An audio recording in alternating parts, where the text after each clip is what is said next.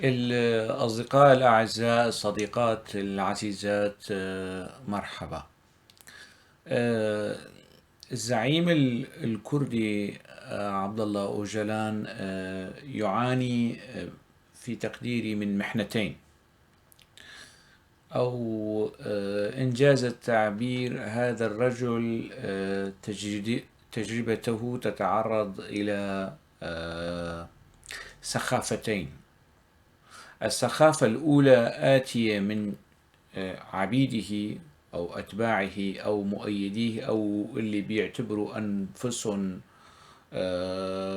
موالين وأنصار عبد الله أوجلان ويتبنون أفكاره. وهؤلاء كمان مستويات. المستوى الأول هم الحزبيين المنظمين.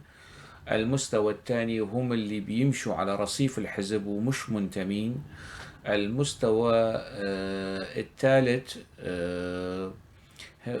هم اللي بيقدموا أوراق اعتماد لدى الحزب والحظي بشيء معين أو قدر معين من الاهتمام. هالمستويات الثلاثة لما بتتناول تجربة عبد الله أوجلان بتتناوله بكثير من القداسة إلى درجة السخف، يعني المبالغة فيما يطرحه عبد الله أوجلان من مشاريع وأفكار وطروحات. على الطرف الآخر أنصار تركيا، وخاصة في المعارضة السورية، أنصار وأتباع ومرتزقة تركيا، هؤلاء أيضا يتناولون تجربة عبد الله أوجلان بنفس السخف، السخف المعاكس اللي المناهض لعبد الله أوجلان، إلى درجة أنه يعني يروج عنه أنه علوي مثلا، لأنه قضية التخندق الطائفي وكذا، وكأنه العلوية شتيمة بالنسبة عند المعارضة السورية، اللي لما بتتهم الشخص بانتمائه العلوي أو الطائفي، هي المعارضة تبرز هويتها الطائفية بشكل وقح يعني. لكن حتى هذا الاتهام هو عبد الله أوجلان منه بريء يعني. ليش؟ لأنه هو يعني اسمه عبد الله، واسم أمه عائشة، واسم أخوه عثمان، واسم أبوه عمر. كل هذه التفاصيل يستحيل العثور عليها ضمن الطائفة الشيعية أو الطائفة العلوية. فالرجل يعني كانتماء أو كأصول ينحدر من أصول سنية يعني. هذا من جهة يعني. فعدا عن أمور أخرى، يعني نفس تبني الرواية التركية بشكل ببغائي وغبي وأحمق. فالرجل يتعرض لهذين النوعين المتناقضين من التناول، سواء التناول التقديسي والتناول اللي فيه هيك نوع من الفبركة أو من المعلومات الغير الدقيقة وغير الصحيحة وغير الموثقة. بنيجي على يعني الطرف أنا يعني تناولت هذا الشخص في فيديوهات باللغة الكردية. سأحاول في هذا الفيديو أن أتناوله في يعني أو أثير علامة استفهام أو مجموعة من علامات الاستفهام والأسئلة حيال اللي بيقدسوا وبيعبدوا. هلا القراءات التي تناولت الإسلام تنطع يعني سواء القراءات النقدية التي تناولت الإسلام على مستوى القرآن والحديث والسنة والسيرة، كل هذه التفاصيل رد عليها مثقفون وباحثون ومفكرون ودعاة دينيون مسلمين من كل التيارات.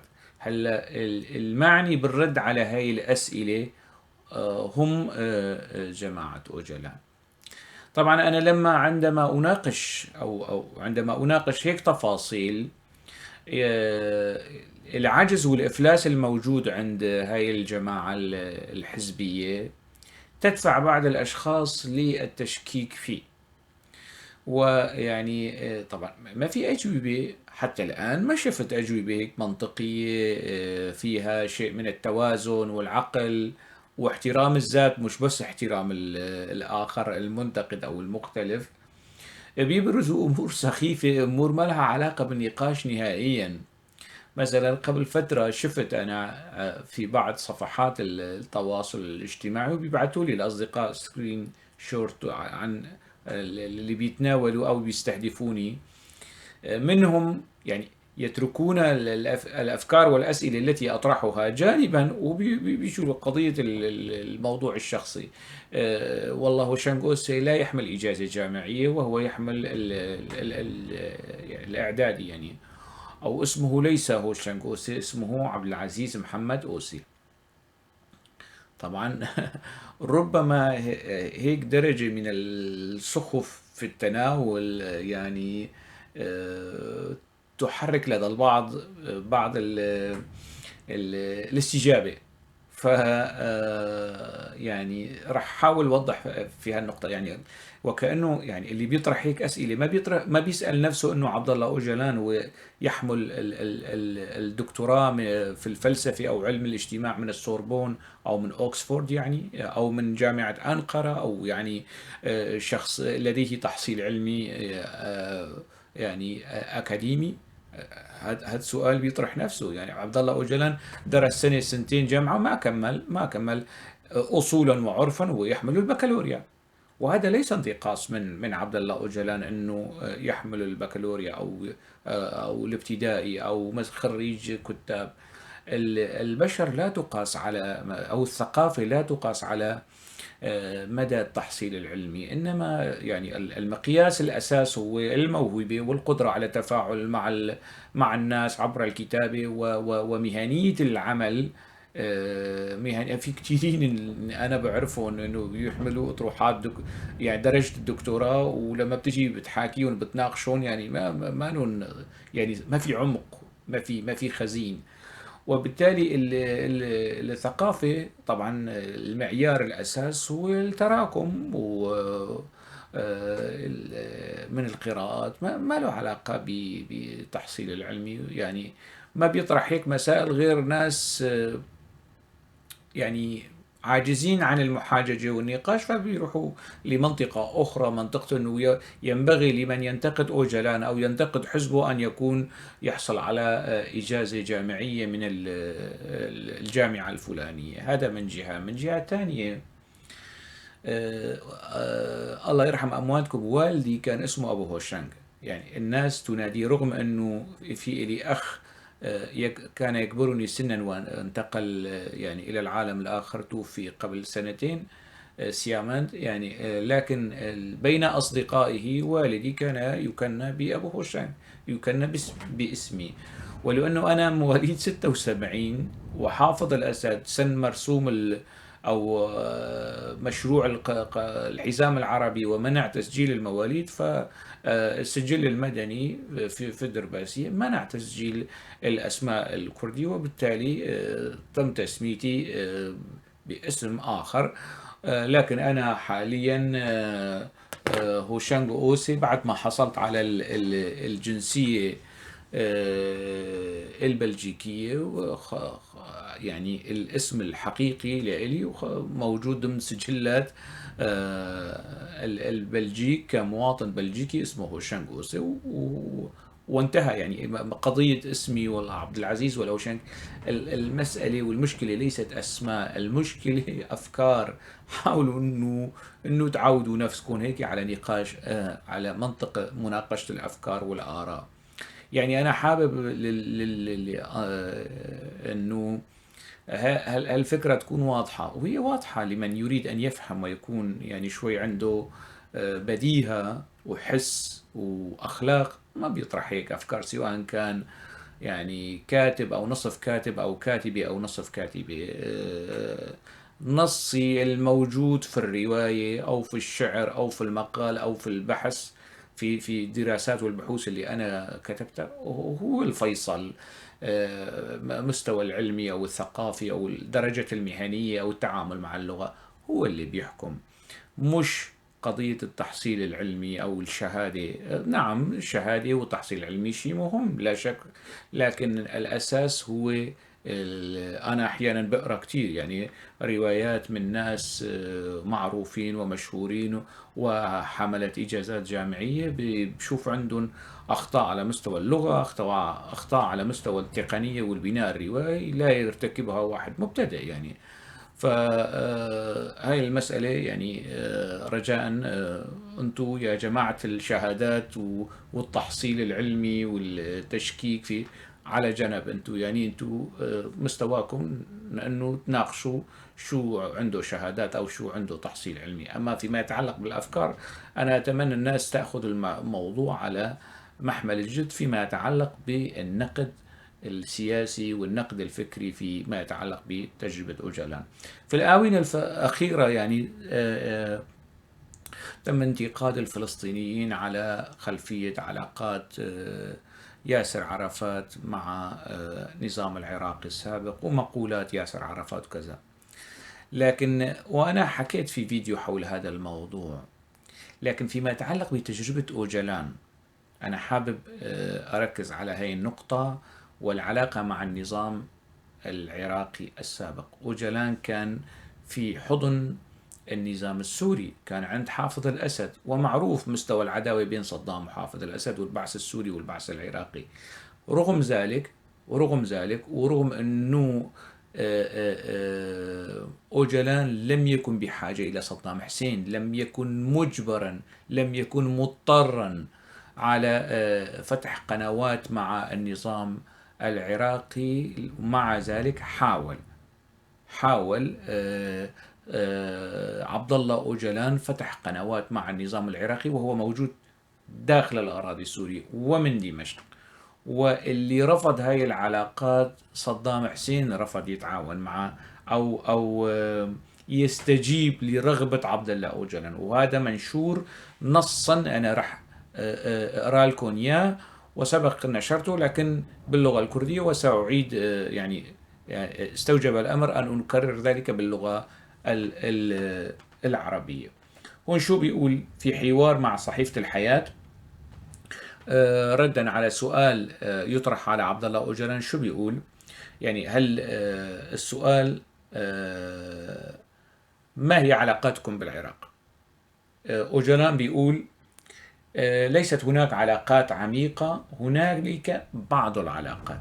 العراق يريد تطوير علاقاته أكثر مع تركيا، وهذا طبيعي. العراق لا يريد تطوير علاقاته معنا. هذا اعتراف أنه العراق يعني لا يريد، وكنا نريد أن نقوم ببعض الخطوات في مواجهة هذه الحملة التركية بيقصد، لكن العراق طور علاقاته مع تركيا. هنالك يعني هو بيقول أنه هنالك بعض العلاقات لكن ليست بالمستوى المطلوب أو المستوى المأمول من أوجلان وحزبه.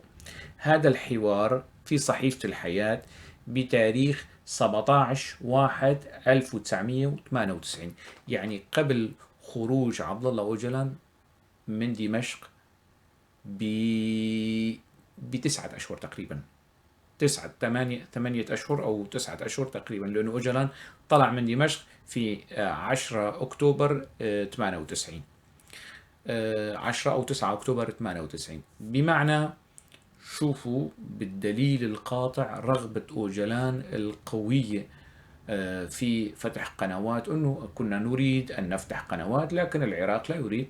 طبيعي العراق يريد تطوير علاقاته مع تركيا، لأنه في اتفاقية بين البلدين تعود إلى يمكن 83 أو 84 بين العراق وتركيا لمكافحة التنظيمات الكردية. النقطة الأساسية هون أنه هي رغبة أوجلان، رغبة حزبه، وأنه أوجلان لم يضع في الاعتبار أنه والله هدلون نظامين معاديين لبعض، وكيف يعني لصدام حسين أن يثق بتنظيم ضمن يعني هذا التنظيم موجود في سوريا وفي حضن وأداة في يد المخابرات السورية، مش بس يعني أداة في يد المخابرات السورية. إذن كانت هنالك محاولات والرغبة وبعض العلاقات بين حزب العمال الكردستاني وأوجلان والنظام العراقي. لم تتطور تلك العلاقات بسبب عدم رغبة صدام حسين أنه يحط إيده بإيد تنظيم حزب العمال الكردستاني. هاي طلعنا منها يعني. اثنين، عبد الله أوجلان لما اجى على سوريا، هو صحيح عبد الله أوجلان مش علوي، لكن شوفوا يعني شوفوا مستوى الطائفية، مستوى الطائفية، كيف أوجلان حاول يتعامل الموضوع مع النظام السوري بطريقة طائفية. يعني هو يفترض يساري وعلماني وقومي وما له علاقة بهاي الاصطفافات. أوجلان لما اجى على سوريا استخدم اسم حركي اسمه علي، اسم اللي بيعرفوه اسمه العالي، وكان يوقع بعض المقالات اسم علي فرات. لما اجت زوجته كثيرة يلدرم العلوية، هي كمان اتخذت اسم حركي فاطمة. أوجلان إذن علي بن يعني بن عمر بن أوجلان، علي بن عمر بن أوجلان، وزوجته كمان فاطمة. يعني هل هذا مش صدفة، يعني هذا بيسمي حاله علي ومرته بتسميه حالها فاطمة، وهن في كنف وحضن النظام السوري. هذا قولا واحدا هي المؤشرات الأولى للتعامل الطائفي لحزب العمال الكردستاني فيما يتعلق بالموضوع العلوية. أنا كتبت حول هذا الموضوع، ثارت ثائرة الكتاب ومثقفين والصحفيين تبع الحزب انه والله هو شنك صاير سني. القضيه مش سني، انت راجع تاريخ الحزب بشيء من التهني، بشيء من الهدوء، بشيء من الرويه والتمحيص، واجري هذه المقاربات وستصل الى خلاصات يعني مختلفه عن ما انت عليه الان. لكن هاجموني واستهدفوني بشكل بشع يعني بهذا الخصوص.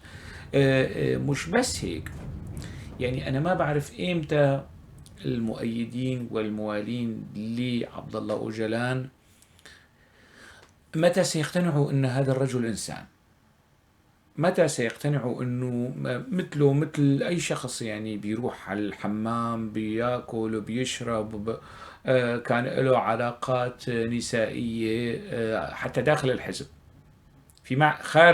خارج علاقته مع زوجته كان له علاقات، وأتيت على ذكر جانب منها في الفيديو الكردي، وراح كرر الموضوع في هذا الفيديو كمان. يعني من ضمن يعني مثل أي شخص يعني علاقاته كانت موجودة، علاقات أوجلان مع البشر، مع النساء، وبيروح يعني مش ملاك، مش نبي حتى يعني تتعاملوا معه بمنطق الأنبياء كان عندهم هيك مسائل، فما بالك يعني عبد الله أوجلان طبيعي، ما تألهوه يعني في هذا الخصوص. فيما يتعلق بعلاقته بكثيري الدرم في الجامعة، يمكن هي معلومة ما بيعرفوها إلا القيادات العليا في الحزب. يعني عباس بيعرف، قراسو بيعرف، جميل بايك بيعرف، الجيل الثاني والجيل الثالث من عناصر الحزب وقيادات الحزب ما بيعرفوا هاي المعلومة. ما بيعرفوا انه كثيري يلدرم كانت مخطوبة او شبه مخطوبة لشخص اخر ضمن الحزب، ضمن الخلية الموجودة في جامعة في فترة الدراسة الجامعية، اسمه عربانلي، إسمات عربانلي. كانت العلاقة بين فاطمة أو كثيري يلدرم وهذا الرجل متطورة، وهو كان ضمن المجموعة، يعني ضمن المجموعة الأيديولوجية اللي أسست حزب العمال الكردستاني. أوجلان دوبل ولهف البنت من هذا الرجل، وكثيرة كمان انصاعت، شافت في عبد الله أوجلان يعني أمور أو خصال أو قيم أو ثقافة أو قيادة أكثر مما شافته في صديقها السابق إسمت أو عصمت يعني، فتركته. هذا الرجل ترك الحزب، وربما يكون الآن حيا يرزق، يعني ترك الحزب. وانتقد أوجلان في هذا الخصوص أنه تعامله معه لم يكن تعاملا أخلاقيا، بحيث أنه أخذ منه خطيبته. شباب طلاب جامعة، وفي فترة الشباب بتصير هيك قصص، يعني قصص إنه واحد مثلا بنت تاخذ خطيب أو حبيب صديقتها، أو شاب ياخذ خطيبة أو حبيبة صديقه، بتصير هيك قصص. لكن هي المسألة غير متداولة. ما أهمية، يعني ربما يقول أنه هيك مسائل، هي تفاصيل مش مهمة. لا، مهمة لمعرفة التكوين النفسي عبد الله أوجلان. كيف كان لما يعني كان بالفترة الجامعية، وكيف بدأت العلاقة بينه بين كثير يلدرم. من جهة أخرى، كثير يلدرم اللي تركت عبد الله أوجلان بمؤتمر الثالث للحزب في ال86. كثيرة يلدرم حضرت هذا المؤتمر، وكانت قيادية وعضو لجنة مركزية في الحزب. صار في نوع من التصادم بين كثيري يلدرم وقيادية أخرى اسمها ميرال قدر أو ميرال خضر. هاي كانت بيومياتها، بدفتر يومياتها، علاقتها بأوجلان في فترة غياب كثيري يلدرم. كثيري يلدرم بعد 82 راحت على أوروبا، كانت ضمن إدارة حزب العمال الكردستاني في أوروبا. في فترة أخرى راحت على منطقة كردستان العراق في لولان، مناطق جبال قنديل، ويعني بقت هنيك فترة معينة. لكن لما رجعت على دمشق وحضرت المؤتمر الثالث، اكتشفت أنه دفتر يوميات، وهذا الدفتر يعني من الناس اللي كتبوا هاي الواقعة منهم يعني سليم تشركيا ذكر هذه الواقعة، أنه كثيري يلدرم ألقت دفتر يوميات ميرال قدر في وجه أوجلان، ونشوف شو كاتب. يعني أنت عم تقيم علاقات مع بنات آخرين من وراي، وصار الخلاف بين شخصين، يعني خلاف عائلي. لكن هذا الخلاف العائلي أوجلان لبسه هيك لبوس سياسي، أنه هنالك مؤامرة عليه، وكثيري يلدرم مشتركة فيه. وأوجلان خلى ميرال قدر أو ميرال خضر هي اللي تحقق مع كثيرة بهي المؤامرة المزعومة ضد أوجلان. تصوروا يعني هاي التفاصيل ما بيعرفها. يعني طبعا أنا كمان لاحقا عرفت من خلال المتابعة والقراءات، من خلال البحث، من خلال التحري، عرفت عن شوي من هاي التفاصيل، يعني حبيت أقدمها للناس يعني لحتى تكون في المتناول. إجمالا في نقطة أخرى يعني حابب أذكرها في تجربة عبد الله أوجلان، وهي نقطة مهمة بصراحة. عناصر الحزب وإعلام الحزب صار لهم 20 سنة بيحكوا عن التجريد والعزلة والاعتصامات والمظاهرات والمطالبة بحملات المطالبة بإطلاق سراح حر أوجلان، وكل هذا الخطاب التجيشي والتحشيدي في بخصوص أوجلان. وهذا طبيعي. لكن ما مدى صحة وحقيقة هالموضوع؟ يعني مدى صحة أنه فعلا أوجلان يعاني من عزلة؟ لو كان يعاني من عزلة أو تجريد، لا يعني حالته الصحية تدهورت، والصور اللي بتطلع له من السجن يعني صحته صايرة مثل لما كان في دمشق ويمكن أكثر. 2 خلال 20 سنة عمليات جراحية في الزايدة، في اللوزات، في ما بعرف شو، ما يعني الرجل لم يخضع لأي عمل جراحي، إذن صحته جيدة. واحد صحته جيدة معناته العزلة اللي عم تحكوا عنها يعني مبالغ فيها وليست صحيحة، وعدا عن أنه ليست في محلها. إذن كل هالهوبرة لشو؟ تتعبوا الناس وتطالعوا المظاهرات، ومعروف يعني يعني ناس منكوبة في سريكانية وفي عفرين في مخيمات، وبتطالعوهم مظاهرات تنديدا وشجبا بالعزلة المفروضة على الزعيم الكردي عبد الله أوجلان. يعني مجنون يحكي وعاقل يسمع لهالدرجة. يعني ما يعني لا يمكن أن تتصوروا هذا الخصوص. طيب، أوجلان في عزلة ويعاني الأمرين، ويضرب عن الطعام 100 مرة، لتحسين، أو هو لم يضرب عن الطعام يوم واحد خلال 20 سنة، يوم واحد لم يضرب عن الطعام. فخلي يجوا يقولوا انه والله في التاريخ الفلاني عبد الله اوجلان اضرب عن الطعام احتجاجا عن الاوضاع المزريه اللي هو يعيشها في معتقله الانفرادي. هو مش معتقل انفرادي، كمان في 2009 جابوا سجناء اخرين منهم حاملي الضرم، وخمسه سته اخرين، ويمكن واحد منهم من اليسار التركي موجودين في سجن امرالي. يعني اوجلان ليس بمفرده في سجن إمرالي من 2009، وهذا موثق. يعني بمعنى أنه طيب هذا إذا كان ظروفه صعبة وقاسية ومزرية، وضعه الصحي بيتدهور، وإذا وضعه الصحي بيتدهور معناته في عمليات جراحية، في متابعة طبية وهيك قصص. اثنين، يعني ينبغي أن يعترض. بالدرجة الأولى هو ينبغي أن يعترض على العزلة التي هو فيها. يعني إذا كان في عزلة أو هيك شيء، صحته ينبغي أن تتراجع. ما في شيء من هذا القبيل نهائيا. يعني حطوا على الإعلام التركي، الإعلام التركي كاذب.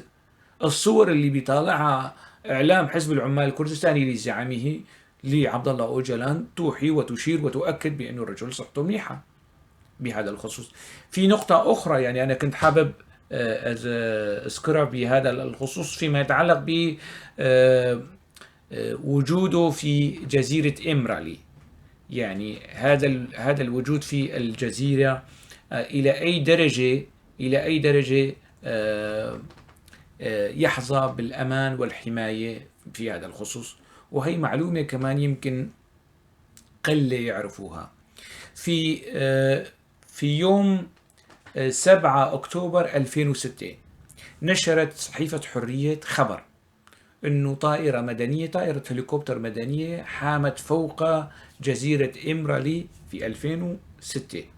حامت فوق جزيرة إمرالي بعلو منخفض. كانت تبحث عن يخت ضايع لشخص زنجين يعني وضعه المالي جيد. هذا اليخت ضايع فبيبحثوا عنه، يعني وين راح هذا اليخت. الطائرة في بعلو منخفض نزلت على جزيرة، ما نزلت يعني اقتربت من جزيرة إمرالي دغري. القاعدة الجوية القريبة من المكان طائرتين F-16 انطلقت بأوامر من الجيش التركي بقيادة القيادة الجوية، سلاح الجو التركي، ويعني كان عندها أوامر بإسقاط هذه الطائرة المدنية. ليش؟ خافوا أنه هاي الطائرة المدنية تستهدف سجن أوجلان بقذيفة أو بصاروخ أو بأي شيء. دولة وبيحكوا الميت التركي والجيش التركي والعملاء وما بعرف شو، أي شخص ينتقد النظام الأوجلاني والحزب الأوجلاني والجماعة الأوجلانية بيعتبروه محسوب على الأتراك. طيب ماشي، هذا ما الذي يدفع الجيش التركي لأن يحرك طائرتين F-16 من القاعدة الجوية وبتروح وتبعد تلك الطائرة؟ وإذا لم تبتعد الطائرة كان لديهم الطيارين الموجودين في الطائرتين لديهم أوامر بإسقاط هذه الطائرة.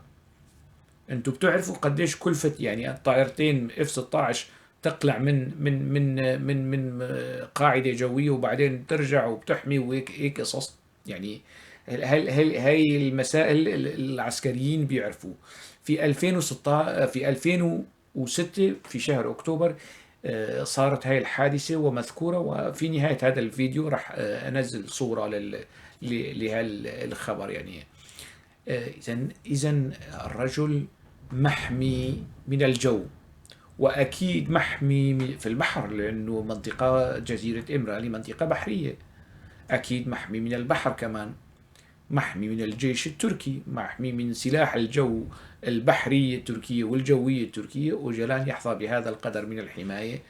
في الانقلاب اللي صار على رجب طيب أردوغان، يعني الإعلام كان بيقولوا إنه أردوغان مهدد.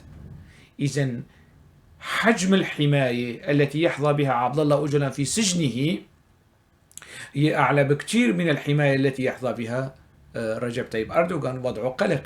الانقلاب العسكري اللي صار، أو ما قيل إنه انقلاب عسكري بصرف النظر، نحن ما بنناقش هذا الموضوع، هذا الطيران اللي كان محلق، والطيران المعارض كان في بإمكانه يقصف جزيرة إبرالي وتنتهي الأمور، أنه حدثت فوضى ومعمعة وقتل الرجل في ظروف اضطرابات شهدتها تركيا، محاولة انقلاب عسكري وانتهى. لكن ما حصل شيء من هذا القبيل. إذا كل هذه المسائل، سواء يعني فيما يتعلق بفترة أوجلان في السجن، فترة أوجلان في دمشق، فترة أوجلان في الجامعة، أوجلان قبل اعتقاله، بعد اعتقاله، يفترض لهؤلاء المؤيدين له والموالين له أن يناقشوا هذه المسائل وأن يجيبوا على هذه الأسئلة وعلى النقاط اللي بالفعل هي نقاط غامضة. ما لكن لا حياة لمن تنادي. يعني هم مجتهدون على الفيسبوك ومواقع التواصل الاجتماعي فيما يتعلق بالتطبيل والتزمير، فيما يتعلق استهداف صفحات الناس بالتبليغات. ومن يشكك في التبليغات يعني شخص غبي، لأنه التبليغ أنت عندما تبلغ عن هذا الفيديو اللي راح انشره، عندما تبلغ عنه في لائحة من الأسباب، الفيسبوك يعطيك لائحة من الأسباب: مثير للكراهية، يحرض على العنف، يحرض ما في شتم، في بموجب التبليغ المعلل. فأنت بترفع هذا التبليغ 1 2 3 10 100، فالفيسبوك يتعامل مع الموضوع تعامل تقني، انه 1000 تبليغ او 100 تبليغ او 10 تبليغات معلله بانه كراهيه او كذا في هيك من هيك قصص، فالفيسبوك بيشيل الفيديو. مش قضية انه انا مثلا في هذا الفيديو عم بشتم او بهين او بستهدف كرامة الناس، لا، قضية صاحب التبليغ، كمية التبليغات المعللة، انه هذا خطاب كراهية. هلا واحد ينتقد عبد الله أوجلان وحزبه، هذا خطاب كراهية يعني، أو يطالب بمراجعة نقدية أو يطرح أسئلة إذا بيمكن هذا دعوة أو تحريض على العنف. يعني الفيسبوك ما إمتى بيروح بيحلل؟ لما بيؤدي مثلا واحد يقدم اعتراض، بيروح المعني بموضوع المحتوى، قد لا يكون يعني خبير في الشؤون الكردية أو في الشؤون الآبوتشية، وما يعتبر هذا الموضوع مدح للحزب. عموما هذا موضوع آخر. يعني في الفيديوهات القادمة سأحاول أن أتناول تجربة شخصين آخرين، جوانب، مش كل التجربة، جوانب من شخصين آخرين أنا التقيت بهم شخصيا، يعني في صيف 2007 في جبال قنديل، وهما جميل بايك ودوران كالكان، ووزن وتأثير هاتين الشخصيتين في حزب العمال الكردستاني، والغموض اللي يكتنف هاتين الشخصين القياديين البارزين اللذين يتحكمان بمصير الكرد.